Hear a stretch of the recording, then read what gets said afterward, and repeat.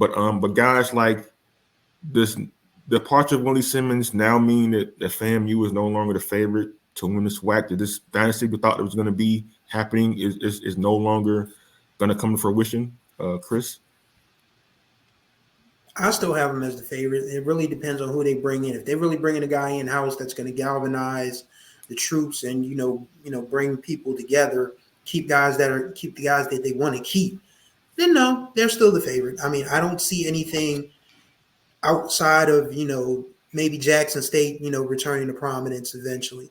The SWAC West we've already discussed is literally the redhead stepchild of the entire conference. I just don't see anybody from that Western Division beating either Florida A&M or Jackson State or even Alabama A&M or Alabama State if one of those teams come up and make a surprise run.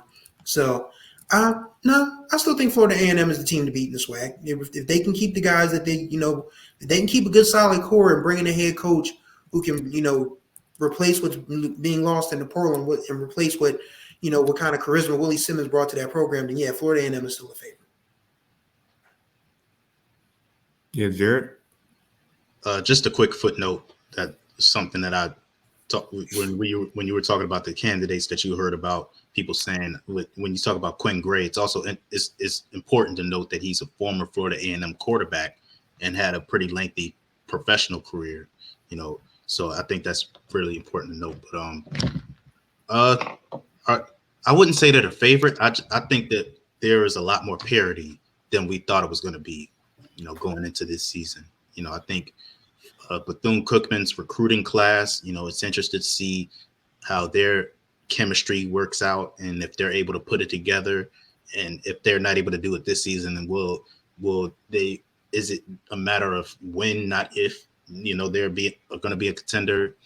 Jackson State has had a year under its belt where they got a chance to build a rapport with each other, and they went 7-4. So we can only wonder what they're going to be able to do this season.